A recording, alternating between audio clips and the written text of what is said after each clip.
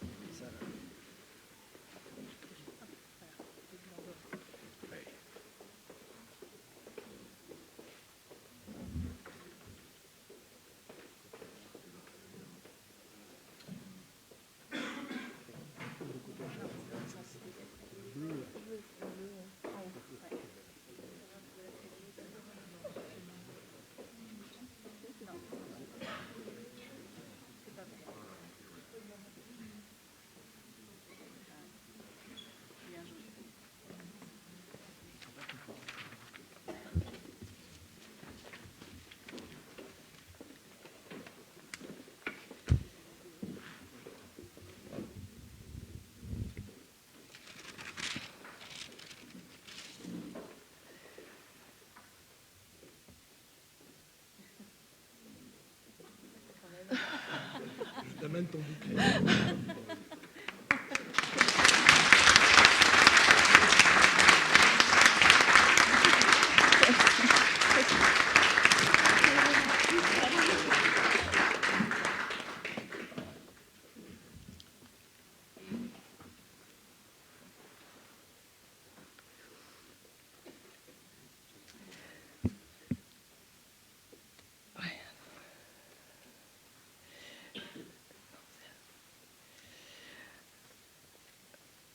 Chers élus, mesdames, messieurs les membres du conseil municipal, chers colistiers, chères grégoriennes, chers grégoriens, c'est avec émotion et humilité que je m'adresse à vous à l'occasion de cette première intervention en tant que maire. Je tenais en premier lieu à remercier les grégoriennes et les grégoriens d'avoir répondu tout d'abord à l'appel des urnes dans un contexte de fin d'année qui n'est pas toujours simple, on le sait, mais aussi de nous avoir accordé massivement leur confiance. Si je suis aujourd'hui devant vous ce soir, je le dois également et surtout à toute l'équipe Gardons le Cap, avec qui on a pu faire campagne, avec des moments de sourire, de bonne humeur, d'investissement, d'implication. Encore une fois, je voulais vraiment vous remercier. Merci de m'avoir choisi comme tête de liste pour cette campagne municipale. Merci bien évidemment aux Grégoriens d'avoir confirmé ce choix par leur vote. Je suis prête à assumer les responsabilités qui me sont confiées avec détermination et conviction. Et cela dans l'intérêt de la commune et de tous les habitants de Saint-Grégoire.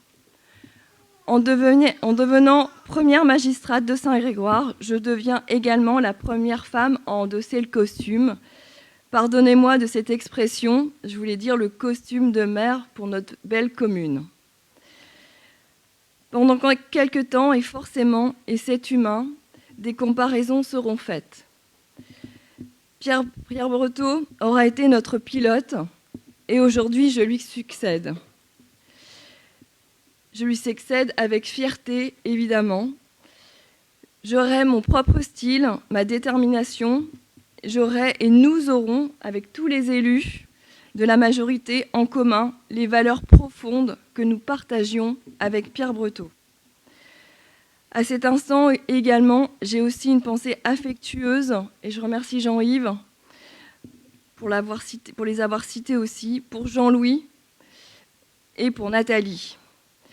Pour les remercier tous les trois, mais aussi tous les élus du conseil municipal des mandats précédents qui sont décédés durant cette période entre 2020 et 2024. Je veux les remercier et je voudrais les applaudir tous.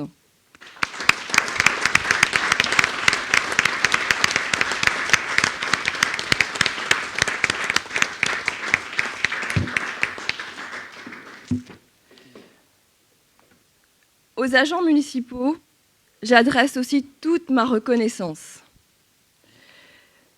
Toute ma reconnaissance pour avoir accompli pleinement leur mission pendant ces dernières semaines et ces derniers mois, et ce, malgré le contexte très particulier. Vraiment un grand merci au service d'avoir assuré cette continuité dans ce contexte particulier et compliqué. Sans son équipe, élus et agents, le maire ne peut rien. Dans la continuité des actions entreprises depuis 2008, je m'engage à travailler sans relâche pour le bien-être de chaque habitant de Saint-Grégoire. Notre ville est une ville riche de son histoire, riche par son dynamisme et mérite une attention et un engagement sans faille. Je serai au rendez-vous et vous pouvez compter sur moi. Je mesure bien évidemment l'importance de cette fonction, non seulement en tant que gestionnaire, Jean-Yves et Marie Aliaga l'ont souligné tout à l'heure, mais aussi en tant que représentante de tous les grégoriens dans l'ensemble des instances. Les débats en conseils municipaux sont essentiels pour la démocratie locale. Ils permettent effectivement une discussion ouverte et transparente sur des sujets importants de notre commune. C'est le lieu, et ce sera même le lieu pour cela. C'est ici, en conseil municipal, devant les grégoriennes et les grégoriens, que devront avoir lieu les débats. Mesdames et messieurs, membres de la minorité, je vous adresse aussi tous mes vœux et bien évidemment la bienvenue au sein de ce conseil.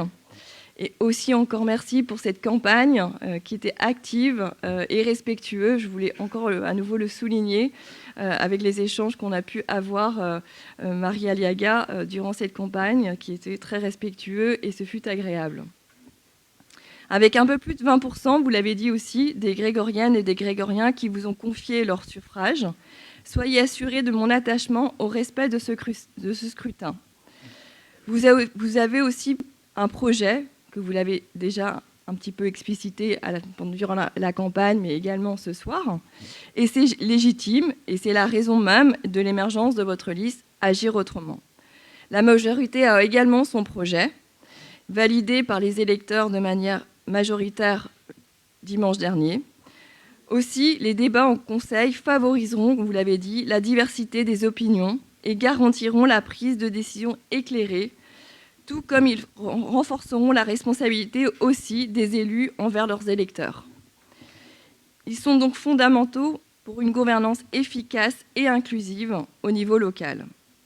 Nos débats en conseils municipaux contribueront également, je l'espère, à l'engagement de futurs citoyens. Je m'adresse à l'ensemble de la population, mais aussi particulièrement aux jeunes qui méritent aussi de venir prendre part aux débats citoyens. Nos débats seront filmés et retransmis sur Facebook, mais également sur le site internet de la commune, en offrant un ensemble de plateformes où les préoccupations et les idées des uns et des autres seront exposées en toute transparence. Autre pilier de notre engagement, la proximité. La proximité entre les élus et les grégoriens lors de rencontres à l'occasion de diverses manifestations, mais également la proximité lors de rencontres au sein des quartiers avec les élus de quartier et les adjoints en charge de cette délégation. En tant qu'élus, nous nous engageons à agir en transparence avec écoute active et solidarité comme pierre angulaire de ce mandat.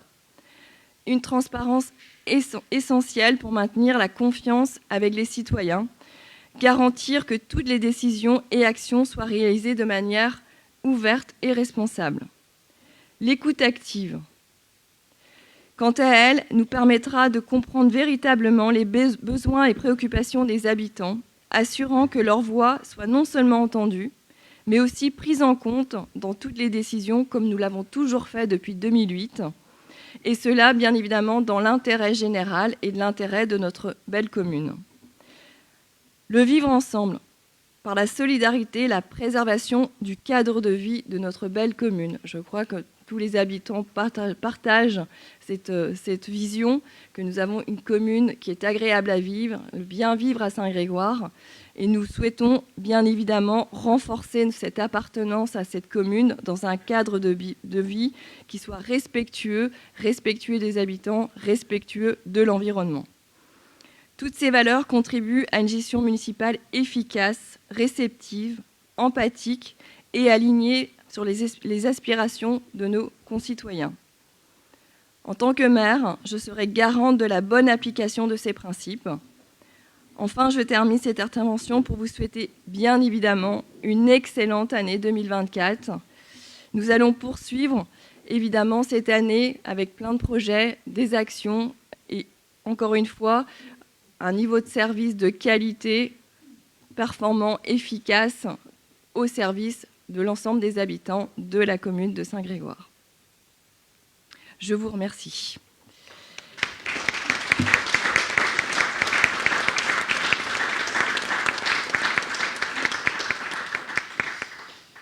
Je vous propose maintenant de poursuivre l'examen des points à l'ordre du jour du Conseil municipal.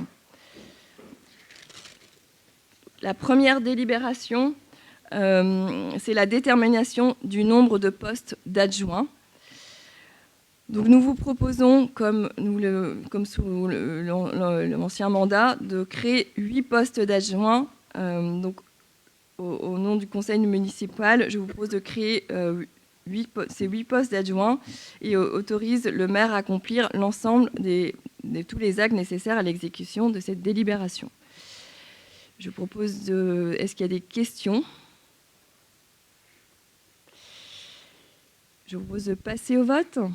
Est-ce qu'il y a des oppositions? Des abstentions?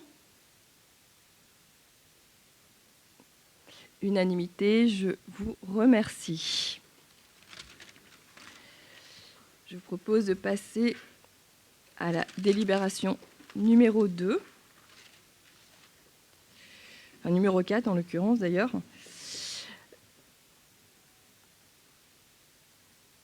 Donc il s'agit de la désignation, justement, suite à la création des 8 postes d'adjoints, à la désignation des adjoints.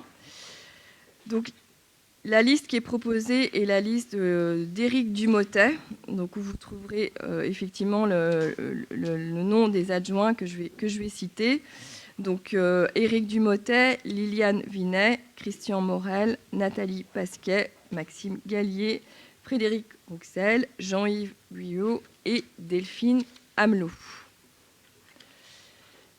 Donc là, il y a un vote de la même manière. Donc je propose à Mathieu, qui est toujours le benjamin de la séance.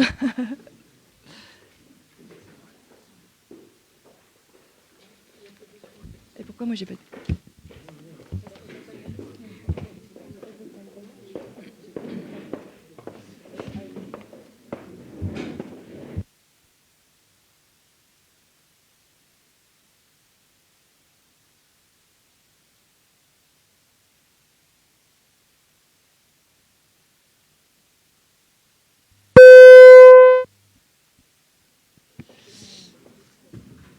Tu as du mal à fermer l'urne, Mathieu?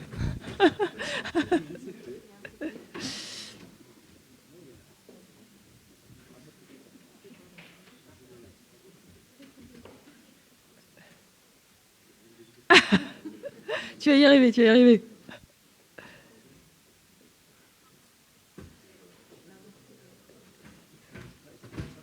C'est le jeu du Rubik's Cube. C'est bon.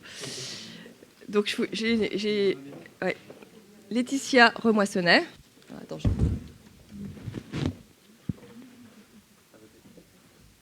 Éric Dumotet.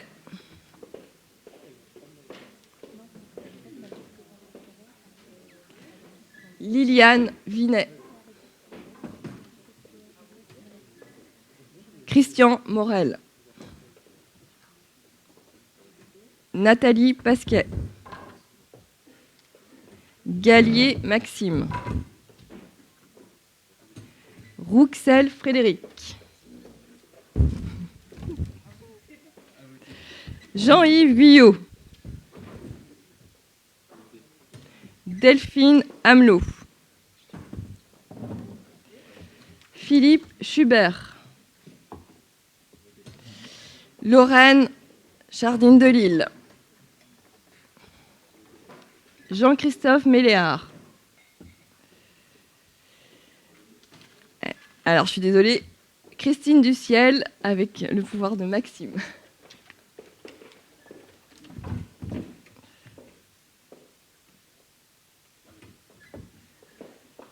Yves Bigot.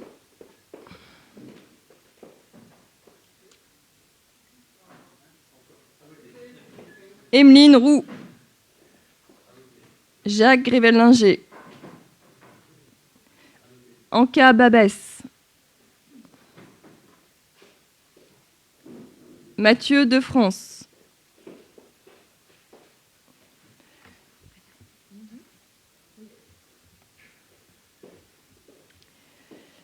Mélanie Simon, et c'est Frédéric qui a son pouvoir. Guillaume de Vergy.